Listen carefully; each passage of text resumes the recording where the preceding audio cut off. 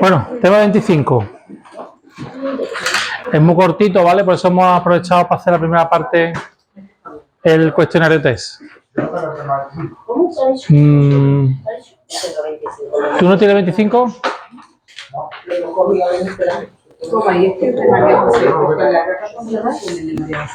Paso para atrás. Vale. Venga, este tema es muy rapidito, ¿vale? Porque he sacado cosas, la mayoría de las cosas que había en este tema se repetían otra vez en tema 26 y tema 27. Entonces, no estamos para repetir y perder tiempo y estudiar dos veces lo mío, ¿vale? Todo lo que falta de este tema, porque se ha quedado bastante corto, se ha quedado en menos de la mitad. Eso es el tema 26 y tema 27, son los siguientes. Entonces, para no repetir conceptos y una vez otra vez, pues vamos quitando eso. Eso suele pasar en muchos libros de editoriales, suele pasar eso, que como el temario no lo hace la misma persona, sino que es un grupo de personas, muchas veces van duplicando contenido en los temas. Y está estudiando un tema y dice, tú ya me lo he estudiado. Y a la siguiente página dice, no, pues esto no. Pero no se sientan a ver. Hombre, se supone que el consejo editorial debería de hacer eso, pero bueno, siempre se escapan cosas, ¿verdad? Siempre se escapan cosas. Y libros con falta de ortografía también hay, no debería de haber, pero bueno, eso es normal. Vale. Un poquito de historia. Sobre todo hablamos de la fluoroscopia en este tema, ¿vale? Y temas derivados de la fluoroscopia, que no son fluoroscopia, que son un rollazo, que ahora lo veremos, ¿vale? El tema de los conos, los bastones. ¿Habéis echado un vistazo al tema en casa? Un poquito sí. Un poquito sí. A mí no me ha dado tiempo. Sí, para que me calle, ¿no? ¿Vale? Bueno. La fluoroscopia, su principal utilización es la realización de exámenes dinámicos, es decir, fluoroscopia se utiliza para visualizar el movimiento de estructuras y líquidos internos. Aquí ya hay una evolución de la radiología convencional, analógica en ese caso, porque fue cuando se inventó, y pasa a ser dinámica. Ya las imágenes empiezan a ser, pues, movimiento, ¿vale? Que fueran en el momento no quiere decir en ese momento no se almacenaba, ¿vale? Cuando se inventó no se almacenaba, solamente se veía, digamos, como se veían en directo, ¿no? Durante el fluoroscopio, mientras está conectado a un generador de rayos X, se ve una imagen en movimiento de la estructura y los líquidos internos, como pasa aquí en esta imagen que tenemos aquí, ¿vale? Si se observa algo que se considera que se puede grabar para un estudio posterior, se puede realizar una radiografía con interrupción mínima de la fluoroscopia. Es decir, ese equipo es capaz de estar haciendo una escopia o una radiografía, pero no puede hacer las dos cosas a la vez. Cuando estamos haciendo escopia y lanzamos una radiografía para grabar esa imagen, interrumpe la escopia y hace la imagen, ¿vale? No puede hacer las dos cosas a la vez. ¿Escopia es lo mismo? Sí, cuando se habla de escopia, se habla de lo mismo que la fluoroscopia, ¿vale? El fluoroscopia está relacionado con el material que se utiliza dentro del tubo, ¿vale? Y ahora lo veremos. Lo mismo que radioscopia, lo mismo. Eso es. Fluoroscopia, radioscopia y... Son sinónimos, ¿vale? Esa imagen que hacemos cuando se hace en un equipo de fluoroscopia, esa imagen que obtenemos no se llama radiografía, aunque muchas veces solemos decir, tira una placa, ¿no? Tiramos una placa o imagen, ¿vale? Es una serioradiografía, ¿vale? Aunque en realidad es como si fuera una radiografía, lo que pasa es que no es una radiografía normal y corriente, ¿vale? Pero es una imagen. Eso te iba a decir, no puede dar clase. Yo me llevo todo el día en la semana. Y muchas veces pasa que estamos trabajando en los equipos y realmente no sabemos cómo es el funcionamiento del equipo, pero bueno, eso es lo normal. Cuando te empiezas, por ejemplo, a aprender el TAC, lo normal es que nadie te diga cómo funciona el TAC. Tú más o menos tienes una cierta, pero no se sabe, ¿no? Luego tiene un montón de tonterías que pueden preguntar esas tonterías, ¿vale? La fluoroscopia en la actualidad es la exploración rutinaria, excepto cuando se utiliza para visualizar los vasos sanguíneos, que entonces es una angiografía o una arteriografía, ¿vale? Las dos principales aplicaciones para la angio son la neuroradiología y la radiología vascular, a las que, como sucede en el resto de exploraciones fluoroscópicas, se puede obtener serioradiografía, ¿vale? Esa imagen que hemos dicho que se obtiene cuando se corta la imagen. La serioradiografía no tiene nada que ver con la fluoroscopia, sino que son imágenes que tú haces diferentes. Claro, la serioradiografía se hace solamente en equipos de fluoroscopia, no se hace en equipos convencionales. Y se hace, no se hace tomando, digamos, un fotograma de lo que estás viendo, sino que se corta la escopia cuando nosotros pulsamos. Eso es. Se corta la escopia y saca la imagen. Y no se podría capturar una imagen porque no vale el movimiento, entonces, ¿no? Sí, es que este es el sistema, digamos, tradicional, el más antiguo. Los equipos modernos hacen igual, tienen que cortar la escopia para hacer la imagen, la serigrafía, porque utilizan el mismo tubo, ¿vale? Pero sí pueden continuar grabando todo. Graban en cine, esa película se puede subir al PAX, la mayoría de las veces no se hace. No se graba en cine, a no ser que sea algo muy... Lo que se graban no graban nada en la escopia, lo que graban solamente las imágenes, la serigrafía. Incluso en algunos equipos, también la serigrafía la pueden poner para que se suban automáticamente al PAX cada imagen que tú hagas, o que no se suban y luego tú seleccionarla o no subir ninguna, ¿vale? Eso pasa, por ejemplo, en los arcos que hay en quirófano, también pueden hacer eso, hacer imágenes, hacer la escopia y pueden grabar todo o no grabar nada, que normalmente no se graban nada porque no lo tienen conectado al PAX y sobre todo porque no hay un técnico de rayo que sepa cómo funciona el equipo y lo único que saben es pulsar y soltar y dar una escopia, no saben hacer nada más, ¿vale? O no saben hacer, normalmente, ¿vale? Claro, cuando no haya un técnico allí, pues no, ¿vale? Vale. La principal ventaja que tienen estos equipos es que tienen la imagen intensificada, ¿vale? Tienen una imagen que tienen mayor brillo, ¿vale? Tienen mucho brillo. Cuando hablamos de mayor brillo, hablamos de el nivel de iluminación, cómo se mide. Y se mide en Lambert, ¿vale? No tenemos por qué saber lo que son los Lambert, pero sí que nos suene. Lambert es la unidad en la que se mide el nivel de brillo, ¿vale? La radiografía se ve en bajos niveles de iluminación de 10 a 1000 mililambert, ¿vale? Esas son las radiografías que utilizaban el negatoscopio para verse, ¿vale? Entonces ese concepto es más antiguo, no hace falta saberlo, ¿vale? Esto es muy raro que se vaya a preguntar, ¿vale? Mira, aquí por ejemplo tenemos una escala, ¿no? Donde vemos el brazo brillo tolerable, ¿vale? Que sería equiparable a una escena de un día claro con nieve, que había mucha luminosidad, y cómo la fluoroscopia está entre una radiografía normal, más brillo que una radiografía normal, y como a menos que un cielo, digamos, claro, pero como un cielo nublado, ¿vale? Es a lo equiparable que hay en cuanto a brillo, ¿vale? Eso tampoco es simplemente para que lo orientéis. Vale, esto de a continuación que vemos es porque empezaron a preguntar por el tema de los conos y los bastones. Esto del tema de los conos y los bastones es anatomía y fisiología de la visión, ¿vale? ¿Qué tiene esto de relacionar con la fluoroscopia? Pues que la fluoroscopia antes se tenían que hacer en equipos que estuvieran, bueno, se hace todavía en salas donde tenga una iluminación más baja de lo normal, ¿vale? Por lo tanto, el ojo humano necesita un periodo de adaptación a esa nueva luminosidad de la sala para que se acostumbre el ojo y se vea bien, ¿vale? Empezaron a preguntar por conos y bastones y ya desde ese momento ya esto también forma parte del temario, ¿vale? Por lo tanto, la estructura del ojo responsable de la visión son los conos y los bastones, ¿vale? La luz que llega primero al ojo debe atravesar la córnea y después el cristalino y desde ahí se enfoca hacia la retina, ¿vale? En esta imagen que tenéis aquí, como atraviesa y se termina enfocando en la retina, ¿vale? Entre la córnea y el cristalino tenemos el iris, que es como si fuera un diafragma de una cámara fotográfica. Se abre y se cierra en función de la cantidad de luz que entra en el ojo, ¿vale? Si la luz que proviene del exterior es muy intensa, el iris se contrae, se cierra y deja así pasar una pequeña cantidad de luz. Y por el contrario, si la oscuridad del iris se dilata para permitir que penetre lo máximo posible. Es como una cámara de fotos, ¿vale? La cámara de fotos, igual que el ojo, necesita luz para que funcione.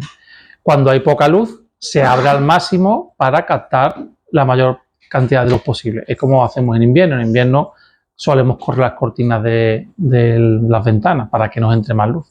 Y en verano las solemos cerrar porque hay luz de sobra, ¿vale? Es un sistema parecido. Cuando la luz alcanza la retina, es detectada por esa estructura que estamos hablando, los conos y los bastones. Estas son estructuras muy diminutas con una densidad de más de 100.000 elementos por milímetro cuadrado en la retina, ¿vale? Para que os fijéis la cantidad de estructuras que hay. Lo importante, ¿vale? Los conos se agrupan en el centro de la retina, en una región denominada fovea central, ¿vale? Y los bastones, por su parte, se localizan en la periferia de la retina. Los bastones, señalarlo porque esto es igual de importante, incluso más importante que lo que hemos visto, ¿vale? Que este párrafo de aquí que no lo tengo en amarillo. Los bastones son muy sensibles a la luz y se utilizan en situaciones de escasa iluminación, ¿vale? Esto es por lo que nos pueden preguntar, ¿vale? Y los conos se utilizan para la visión diurna, la llamada visión fotópica, y los bastones para la visión nocturna o visión escotópica, ¿vale? Yo hago una regla mnemotécnica, una asimilación de que los bastones los suelen utilizar pues, ciegos que ven poco, la visión con poca luz, ¿vale? Y los conos los asemejo a un cono de helado con el sol, con el verano, con que hay mucha luz, ¿vale? Así lo hago yo, luego vosotros. Luego, si Manuel no le sirve esta regla mnemotécnica, yo entendí el bastón. lo puede. ¿Te gusta? Esta te gusta más. Esta es mía.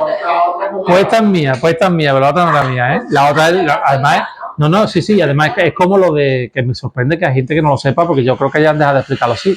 Los huesos de la muñeca los hemos hablado también, lo de esa señorita pide pizza, traigan, huele grandioso. Eso es súper conocido, ya lo veremos cuando lleguemos al tema 31, eso es súper conocido y yo cuando le digo, yo eso no me lo he inventado, me lo enseñaron así y yo creo que es que desde nuestra época, la época que yo estudié, se explicaba así y ya no se explica, ¿vale?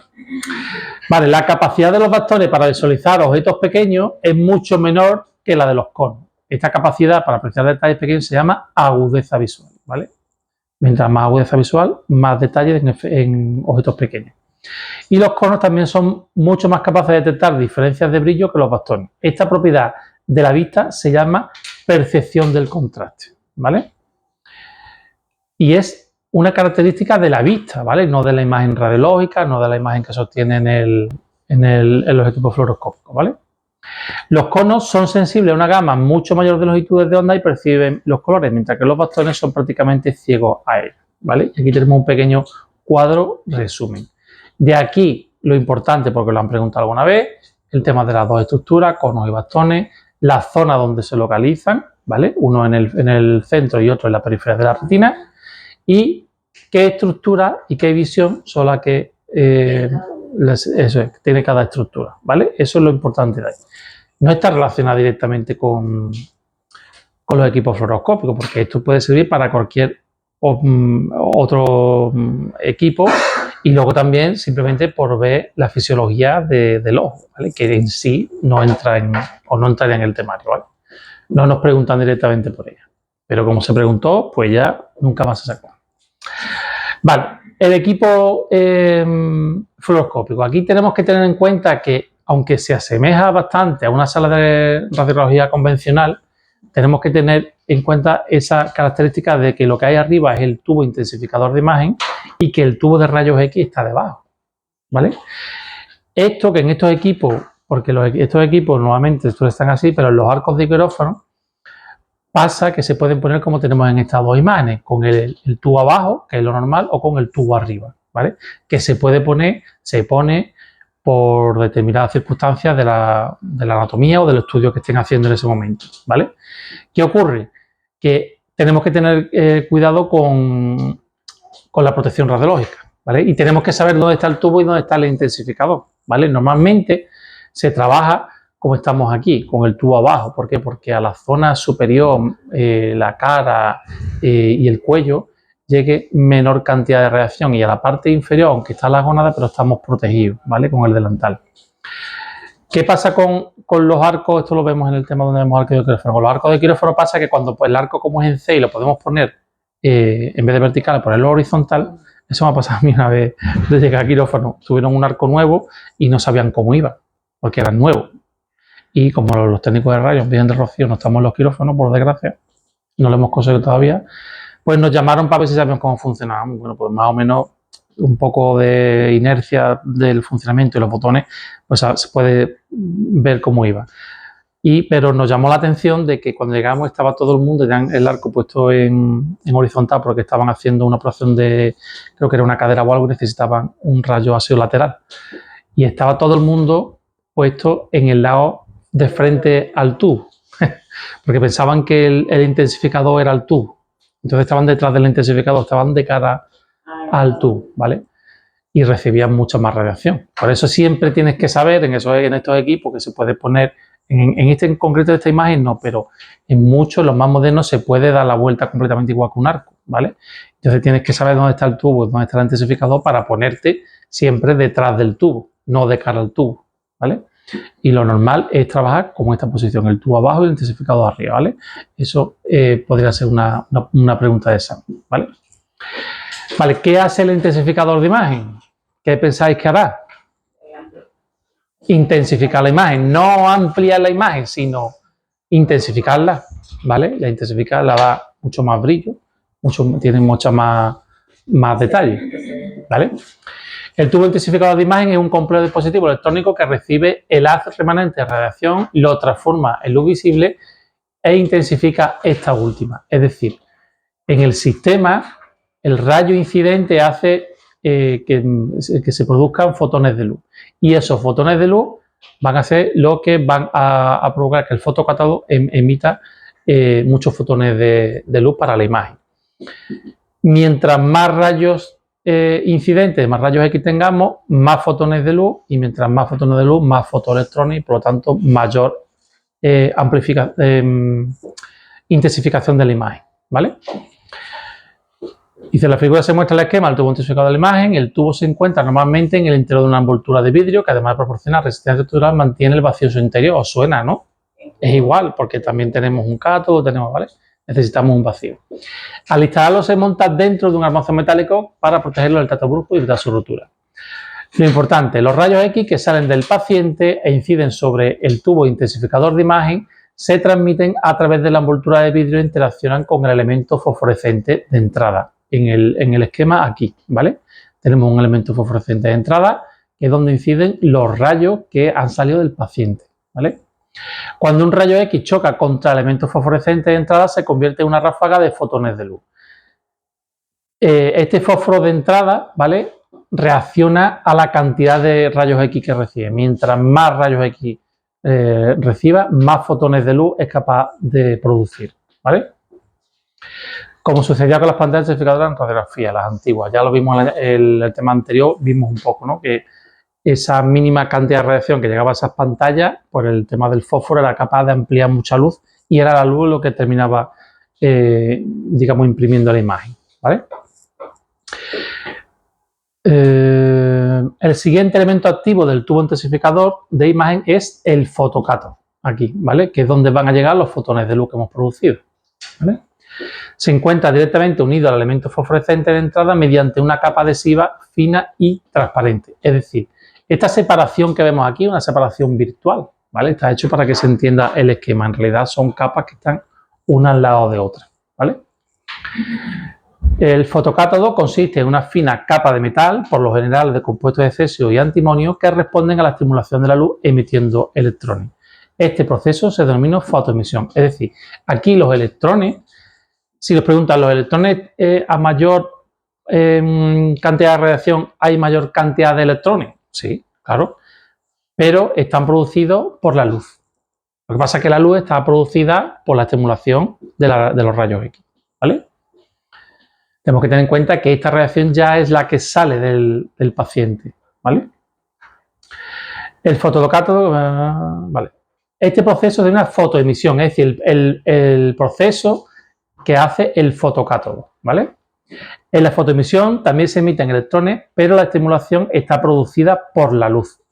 No ocurre como ocurre en un tubo de radiología convencional, donde esos electrones no están producidos por la luz, porque ¿quién produce esos electrones?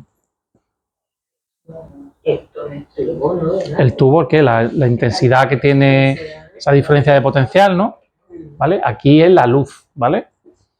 Esto puede ser una pregunta porque es que cambia el concepto que teníamos del tema anterior de la creación de los rayos X, ¿vale? Aquí estamos viendo que es un proceso que es al revés, ¿vale? Estamos hablando del intensificador, no estamos hablando del tubo de rayos.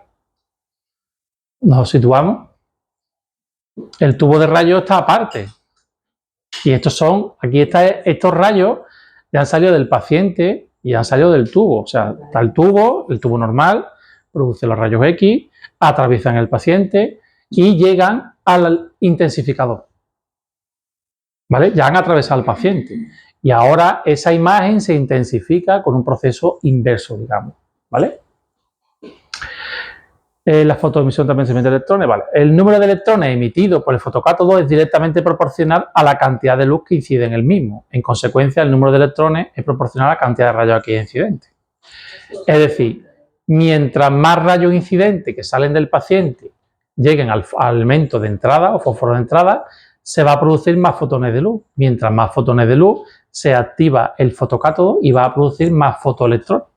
¿Vale? Y mientras más fotoelectrones tengamos, más fotones de luz en el elemento de salida, que es lo que termina intensificando la imagen, ¿vale? Esto se hace para que la imagen radiológica normal se intensifique, ¿vale? Y sea mucho más vívida y tenga mucho más brillo y más detalles, ¿vale? Que una imagen normal. Pero una pregunta, el rayo incidente llega al fósforo de entrada, ¿no? Y ahora, el fósforo de entrada del fotocátodo, eso es luz. Sí, esto es como si estuvieran pegados, ¿vale? Aquí está separado para que se vea. Sí.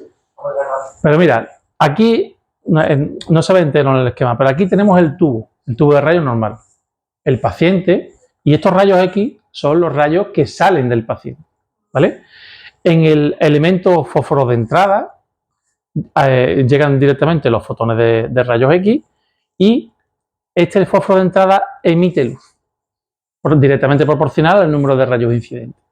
Estas dos capas que aquí se ven separadas están juntas, ¿vale? Lo que hacen es impresionar una a otra. En la siguiente capa es el fotocátodo. El fotocátodo es el que va a emitir los fotoelectrones.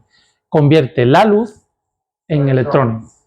Y esos electrones son los que a través del fósforo de salida otra vez lo que hacen es intensificar esa luz que ha recibido aquí, que al principio es mucho más alta y además está más concentrada en un punto, ¿vale? Las imágenes en los equipos fluoroscópicos son más pequeñas porque si veis lo que hacen es enfocar un foco muy grande, lo convierte en un foco muy pequeño, intensifica y concentra toda esa luz en un punto, ¿vale?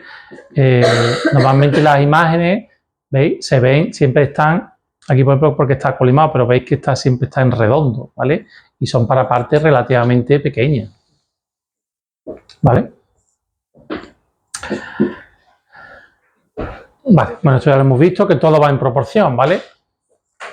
Mientras más rayos incidentes, más fotones, más fotoelectrones y más luz se intensifica, ¿vale? Cuando estos electrones de alta energía interaccionan con elementos fosforescentes de salida, ¿vale? Ya estamos aquí, se produce una considerable cantidad de luz. Elementos fosforescentes de salida suele estar constituido por cristales sulfuro de cadmio y zinc. Cada fotoelectrón que llega al elemento fosforescente de salida produce al chocar con él de 50 a 75 veces más fotones de luz de los que fueron necesarios para crearlo. Es decir, la luz aquí es el triple prácticamente que al principio, ¿vale? Ha intensificado al triple. En la figura se resume una secuencia de pasos desde la interacción hasta la salida, ¿vale? El cociente, eso es importante para que sepamos cómo funciona y que sepamos diferenciar elementos fósforo de entrada, el de salida, el fotocátodo, lo que hacen y dónde están los electrones, dónde están los fotones de luz, ¿vale? Eso hay que diferenciarlo porque no es un tubo de rayos, es un intensificador. Y ahora encontramos tres conceptos, ¿vale? Que los dos primeros para mí son los más importantes, que son ganancia de flujo y ganancia de brillo. ¿Qué es ganancia? Sube, ¿no? Algo se amplía, ¿no? Algo ganamos en algo. ¿Y flujo? El movimiento, ¿qué es un flujo? ¿Flujo sanguíneo qué es? La sangre, el movimiento, ¿no? Es el cociente, la ganancia de flujo del cociente del número de fotones de salida dividido entre el número de fotones de entrada. Es esa diferencia. Es decir, es el brillo que hemos intensificado en esa imagen, ¿vale? El cociente entre el número de fotones de luz que se producen en elementos fosforescentes de salida y el número de fotoelectrones que se producen en elementos fosforescentes de entrada se denomina ganancia de flujo. Dice José Mota, dice mucho, estas son las gallinas que entran por las que salen. ¿Qué significa esa expresión? Las gallinas que entran por las que salen es que te queda igual, ¿no? Las que entran por un lado salen por el otro. Aquí no. Aquí es que la diferencia, la división entre las que entran y las que salen, porque las que salen son siempre mayor. Las que salen. Sí, las que salen, porque es el cociente, pero lo que tú tienes que ver, la diferencia de las que salen, perdón, las que entran, son 3 veces menor a las que salen. Por eso se habla de ganancia de flujo. Por lo tanto, como salen más, tienes que dividir siempre el número superior, que es el número de fotones de salida, por el de entrada, para que el número te salga, lógicamente, mayor, salga positivo y sea una ganancia de flujo. Es decir, es el número de fotones que ganamos entre la luz que hemos emitido al principio y la que obtenemos al final, ¿vale? Ese es uno de los conceptos. Y luego tenemos otro que es ganancia de brillo. ¿Qué será la ganancia de brillo? Ganamos brillo, ¿vale? Dice, la capacidad del tubo intensificador para aumentar el brillo se llama ganancia de brillo y es el producto de la ganancia de reducción por la ganancia de flujo. Sabemos qué es la ganancia de flujo, pero no sabemos qué es la ganancia de reducción. La ganancia de reducción es el tercer concepto, que es menos importante, pero que hace falta para conocer la ganancia de brillo, que es el diámetro del elemento de entrada al cuadrado dividido entre el diámetro del elemento de salida al cuadrado. Cuando hablamos de diámetro, estamos hablando, el tamaño del elemento fosforescente de salida es bastante estándar y varía entre 2,5 y 5 centímetros. Y el tamaño del elemento fosforescente de entrada oscila entre 10 y 35 y se utiliza para intensificar los tubos intensificadores de imagen. Es decir, ese tamaño es diferente, ¿vale? Pues esa división es lo que nos da este concepto de ganancia de reducción que nos sirve para calcular la ganancia de brillo. Como siempre os digo, estas fórmulas no nos van a preguntar directamente por la fórmula, no nos van a poner un ejemplo, no deberían, ¿vale? Como ese que hemos visto en el TEC, que esa pregunta solamente se impugnaría porque haría falta una calculadora. Pero sí nos pueden preguntar sobre todo la ganancia de flujo, ¿vale? Pero la ganancia de reducción, eso me ha quedado claro. La ganancia de reducción es, tú tienes el elemento de entrada, lo tienes aquí, y luego tienes el elemento de salida, ¿vale? Veis que uno es mayor que otro y tienen un diámetro, porque son redondos. Esa medida del diámetro del elemento de entrada dividido entre elementos de salida es lo que se llama ganancia de reducción. Está reduciendo el diámetro, pero eso es lo que hace que se amplifique la emisión de luz para la imagen, ¿vale? Y esa ganancia de reducción es el concepto que te hace falta para averiguar la ganancia de brillo, ¿vale? Entonces, la ganancia de reducción es como si concentrara la luz en un punto. La ganancia de reducción es solamente una fórmula que te hace falta para ese concepto ampliar, para aplicarlo en la ganancia de brillo, ¿vale? Aquí tenemos dos, en esta fórmula tenemos ganancia de reducción por ganancia de flujo. La ganancia de flujo sabemos la cuál es, pero como no sabemos la ganancia de reducción tenemos que calcularla, ¿vale? Y es simplemente un dato técnico, es la diferencia que hay entre ese elemento de entrada y el elemento de salida. El elemento de entrada es siempre un diámetro superior al elemento de salida y el cociente de esos dos diámetros es lo que se llama ganancia de reducción.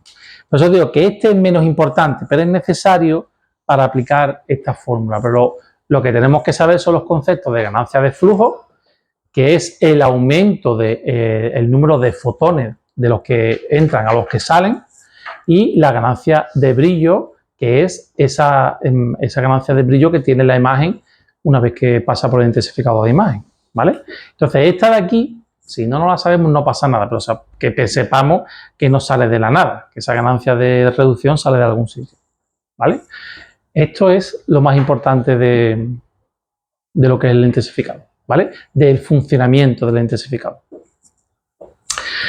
La mayoría de los intensificadores, en lo que se utiliza en fluoroscopia digital, son multicampos, es decir, los tubos de doble foco se fabrican en varios tamaños, si bien el más usado es de 25 a 17, que son los tamaños, ¿vale? También se utilizan a menudo tubos trifocos de diferentes medidas, que esto es menos importante, y cada una de estas dimensiones hace referencia al diámetro del fósforo de entrada del tubo intensificador de imagen. Es decir, los nombres del Esos focos van en función del diámetro que tiene el elemento de entrada, ¿vale? No el de salida, de entrada.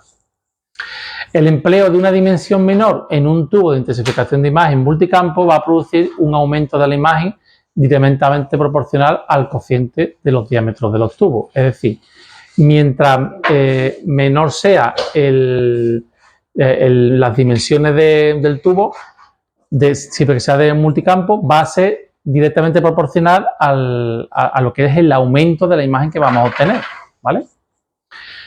¿Qué pasa? Que no todo es positivo. Dice, como consecuencia negativa, cabe destacar que se obtiene una imagen más tenue. Es decir, con esos focos podemos ampliar la imagen, pero tenemos una imagen más apagada. ¿Qué hace el equipo para que esa imagen tenga el mismo nivel de brillo? Porque normalmente utilizamos un control automático de exposimetría, pero en vez de exposimetría, de brillo. Y el equipo lo que hace es mantener siempre el mismo nivel de brillo, ¿vale? Cuando utilizamos uno de esos niveles de ampliación y la imagen, al ampliarlo, pierde viveza, pierde brillo, el equipo lo que hace es subir la dosis, sube la técnica. Por lo tanto, en esos equipos, no sé si lo habéis visto, los equipos normalmente de fluoroscopia suele haber como 3 lupas que se suelen llamar, creo que ponen N1, N2, N3. Son 3 niveles de lupa, ¿vale? Y tú puedes ampliar. Es verdad que se ve muy bonito, pero es que estamos dándole mucha más dosis de radiación al paciente, ¿vale? Ahora lo veremos. Vale, para mantener el nivel de brillo se incrementa automáticamente la corriente del tubo de rayos X, lo que eleva la dosis que recibe el paciente. Cuando hablamos que sube la corriente, ¿qué estamos subiendo? Miliamperaje. Y al subir miliamperaje estamos subiendo sobre todo la dosis al paciente, ¿vale? Este aumento de la dosis que recibe el paciente produce una mejora de la calidad de imagen. Creo que lo he comentado, ¿no? Sube automáticamente porque al equipo normalmente la posición estándar que tiene para mantener la imagen, el control no es control de exposimetría, sino control de brillo automático. Entonces va a querer siempre que esa imagen de salida, la que se obtiene, la que tenemos en el monitor, tenga un determinado nivel de brillo, ¿vale? Para continuar siempre con ese nivel de brillo, si conforme vamos aumentando la imagen, vamos aumentando con la lupa, el equipo quiere mantener el nivel de brillo, lo que hace es subir la corriente. Necesitan más radiación para darle más técnica para tener más brillo, ¿vale? El resultado es una reducción del ruido y un aumento de la resolución del contraste, ¿vale?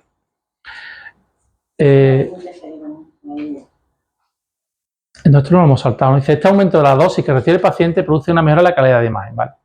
La dosis es mayor porque se utilizan más fotones por unidad de superficie para formar la imagen.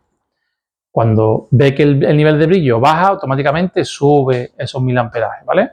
El resultado es una reducción del ruido y un aumento de la resolución del contraste. Es decir, esa imagen que al ampliar la lupa se nos ha venido abajo, se ha puesto más tenue, más apagada, vuelve a subir al nivel de brillo, ¿vale? No se hace más brillante que antes, se hace igual de brillante que tenemos al principio porque tiene un controlador del brillo, ¿vale? Control automático. Como solo se utiliza la parte central del fósforo en modo aumento, mejora también la resolución espacial. Es decir, cuando tenemos un modo aumento, la imagen se aumenta la estructura que estamos viendo, pero se pone más pequeña en realidad de lo que estamos viendo. Está como colimando, ¿vale? Y entonces se está mejorando también la resolución espacial, se está mejorando la calidad de la imagen, ¿vale? Pero todo eso con cargo a la dosis que recibe el paciente. Con un tubo intensificador de imagen de yoduro de cesio en modo 25 centímetros, es posible visualizar objetos de 0,125 milímetros. En modo de 10 centímetros la resolución es 0,08. ¿Vale? Son datos que esos milímetros, estos ya son milímetros, ¿vale? Son datos que esos datos no hay que saberlos, sino simplemente saber la mecánica.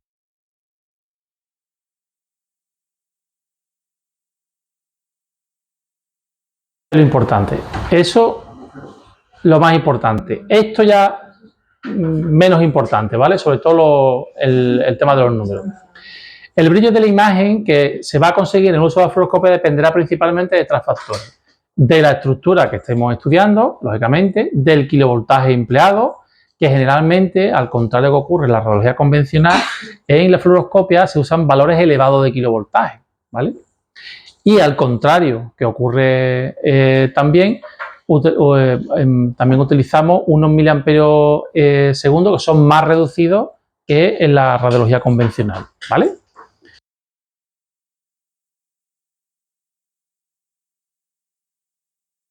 Una inversión de los valores de la radiología convencional. Aunque esos valores van a depender de las características corporales del paciente y de la respuesta del sistema radioscópico, lógicamente. Cuando empezamos a dar escopia en estos equipos, si no está bien centrado y estamos centrando, por ejemplo, en vez de en el esófago, estamos centrando en la columna, pues va a dar unos niveles de radiación más altos porque necesita, en cuanto ya lo ponemos en el esófago, por ejemplo, pues ya va a bajar. Y te va a equiparar ese nivel de brillo al centro de la imagen, a lo que tú tengas centrado en la imagen. Por eso es tan importante centrar en estos equipos el paciente. Cuando el paciente se mueve, si está consciente y se mueve, hay que corregir con la mesa, el tubo no se mueve, lo que se mueve es la mesa. Y cuando el médico, por ejemplo, rota al paciente, lo hace girar sobre sí mismo, es cuando se descentra del campo. Por lo tanto, ese centraje varía, el nivel de brillo va a variar y la imagen se va a ir.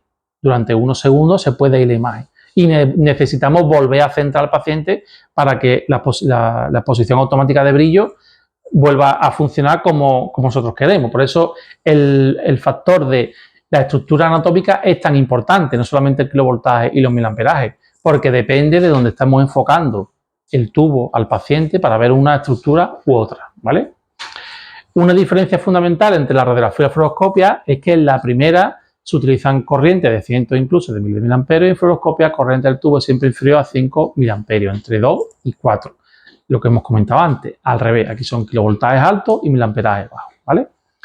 El valor del miliamperaje es calibrado mediante el exposímetro automático en función del brillo o nivel de luminosidad que hayamos seleccionado en el monitor de televisión. Es decir, nosotros en la consola tenemos una serie de niveles estandarizados de brillo, de menos a más, y podemos seleccionar el que queramos. Mientras más brillo le demos, sabemos que más técnica le vamos a dar al paciente, ¿vale? Esos sistemas de control son el sistema de control de brillo automático, el sistema de control de exposición automática y el sistema de control de ganancia automática. Y el que nos hace, sobre todo, funcionar es el sistema de control de brillo automático. Estos tres controles están siempre activos, ¿vale? En este tipo de equipo, ¿vale? La ganancia automática tiene que ver, me imagino, con la ganancia de brillo y todas esas cosas. ¿Es importante o sí importante? Hombre, de esto suelen preguntar poco.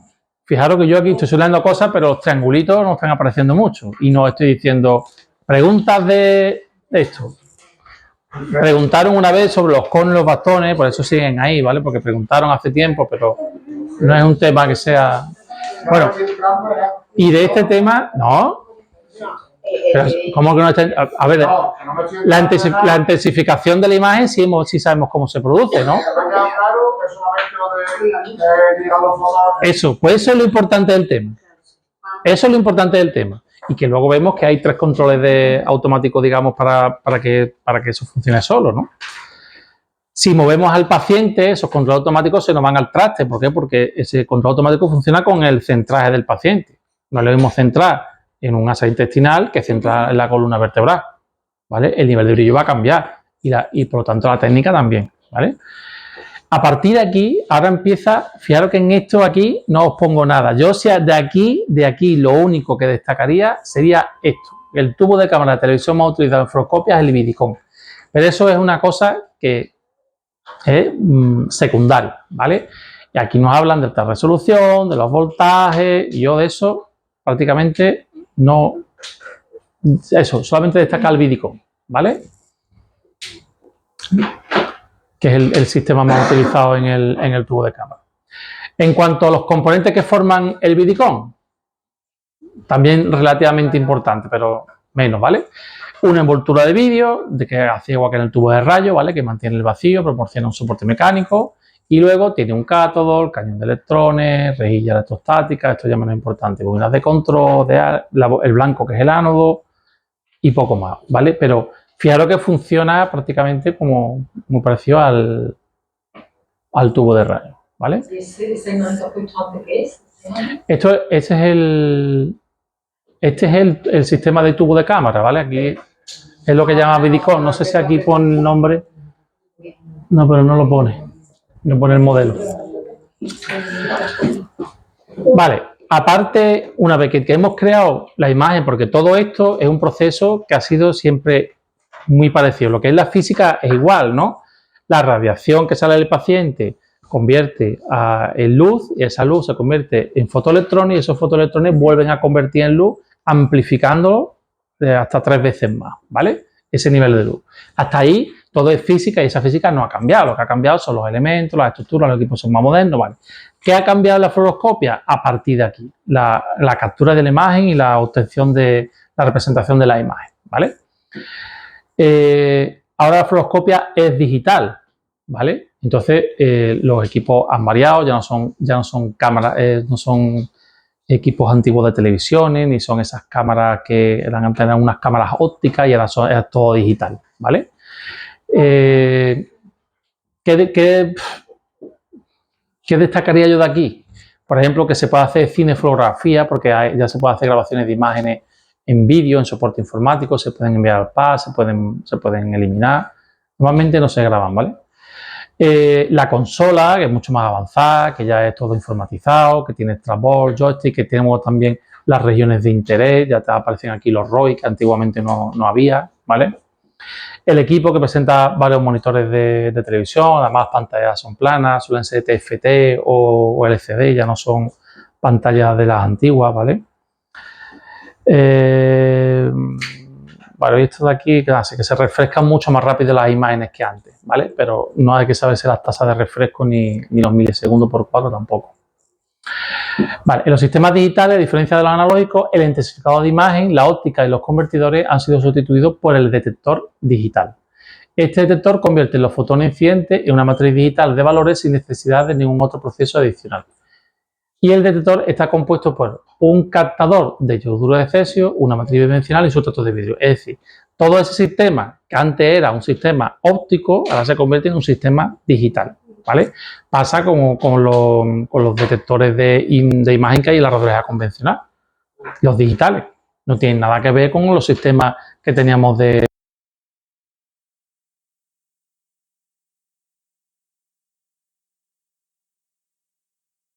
¿Vale? Creo que lo único que preguntaron fue esto, ¿vale? Que los detectores de gas que son de xenón. Eso sí lo preguntaron hace tiempo, ¿vale?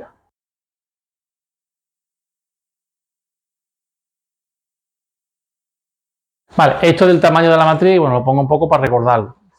Pero ya creo que lo hemos visto en algún tema y lo vamos a volver más en el digital, en el tema 27. Mientras más píxeles, más definición de imagen, ¿vale? Tenemos un sistema de mientras sea más de líneas, ¿vale? Sistema de 1000 líneas. A partir de 1024 son imágenes de 1024 por 1024 y a partir de 1000 se llama sistema de líneas, ¿vale? Y luego el concepto de rango dinámico de exposición, ¿vale? Se corresponde con el rango de exposición sobre el que el detector es capaz de capturar y generar una señal útil. Cuanto más ancho sea el rango dinámico, mayores serán las características anatómicas que pueden ser visualizadas. Tenemos un sistema con más píxeles, ¿vale? Eso permite la visualización en una misma imagen tanto de características anatómicas altamente radiotransparentes, como en un pulmón, como de características anatómicas altamente radiopacas, como en los huesos. Por eso, en los sistemas de fluoroscopia, estos sistemas son tan importantes la resolución, porque si veis los sistemas de fluoroscopia, se ve todo con la misma nitidez, ¿vale? Tanto una imagen que sea de alta densidad como de baja densidad, como el pulmón, ¿vale? Vale, los métodos de sustracción. La sustracción que hacen en la fluoroscopia es que quitamos estructuras que nos entorpecen la visión de algo que sí nos interesa ver, ¿vale? Y tenemos 3 métodos de sustracción que son temporal, de energía e híbrida, ¿vale?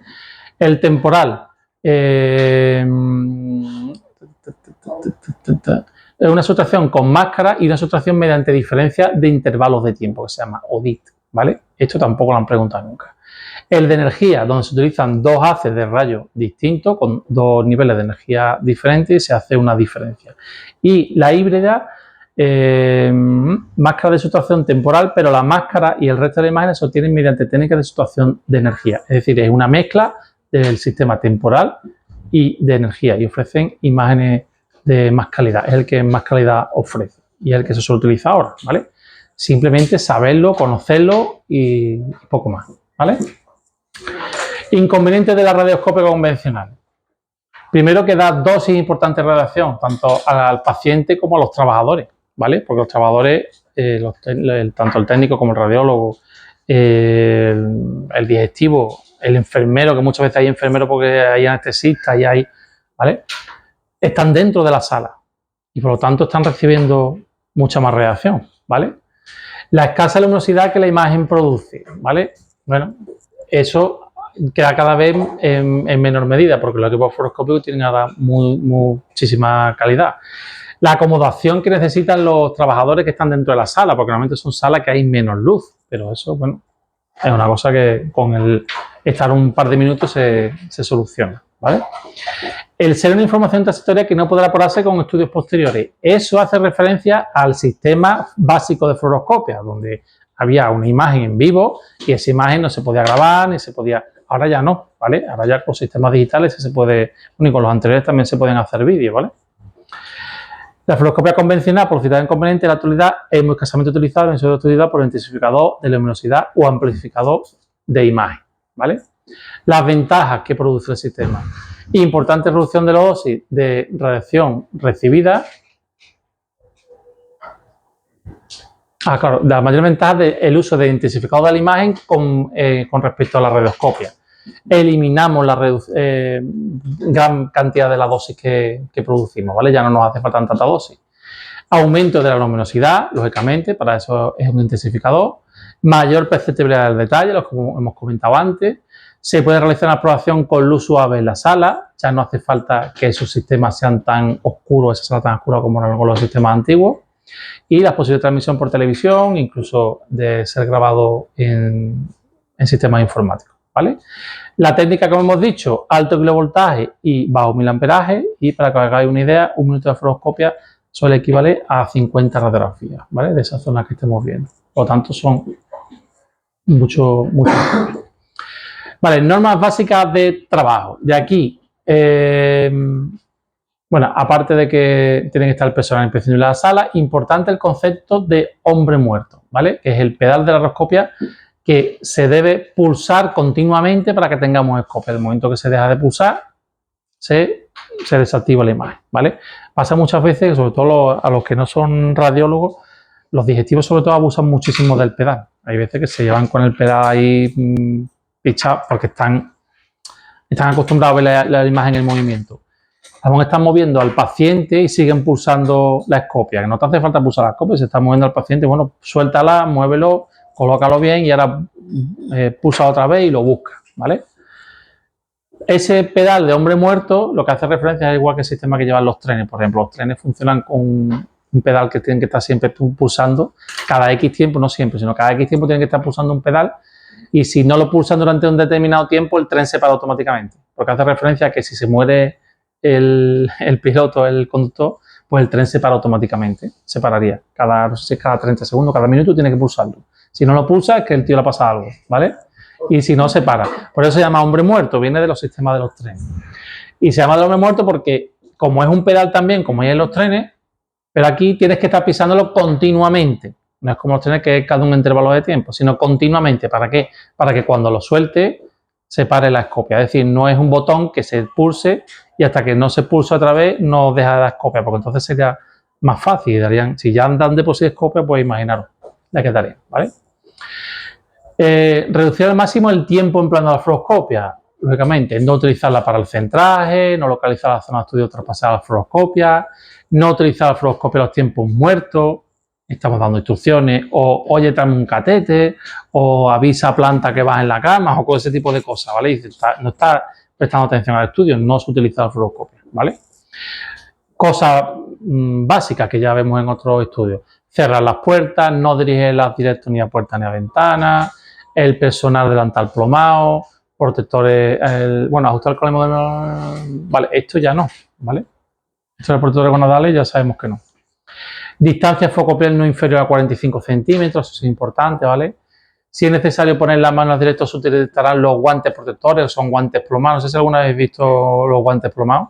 Si alguna vez trabajáis dentro de un equipo de fluoroscopio con guantes plomados y tenéis la curiosidad de ver si son, de qué cantidad de plomo llevan, meted la mano debajo del tubo y vaya a ver cómo se ven vuestros huesos casi a la perfección. Te quita radiación, pero no te la quita todo.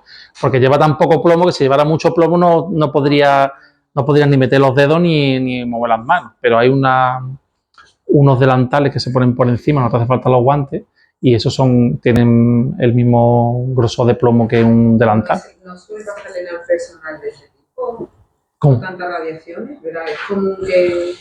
¿O no se sabe? Hombre, siempre se supone que están protegidos, ¿no? Porque normalmente en viajes de rocío, por ejemplo, llevan su delantal, llevan su protector de tiroides, llevan sus gafas. Sí, lo creo. ¿Vale? Y nunca están dentro del haz. Están siempre en la parte retirada y siempre están con el tubo abajo para que les dé menos radiación en la cara y en el cuello, que es lo que más descubierto llevan.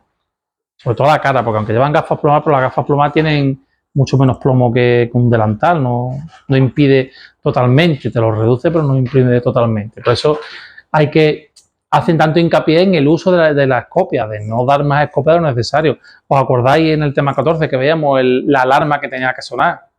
Sí. ¿Os acordabais o no? A los 10 minutos, pero los equipos suenan a los 5, ¿eh? Os digo porque si alguien ha trabajado los equipos, esa pregunta os puede equivocar. Yo, por ejemplo, cuando sonaba la alarma de los 5 minutos, pues yo la paro. La alarma no suena adentro, me suena a mí que estoy fuera. Entonces yo avisaba, oye, lleváis 5 minutos. Que la primera vez que la avisé, se volvieron y dieron 5 minutos de qué. Digo, pues de escopia, 5 minutos de escopia.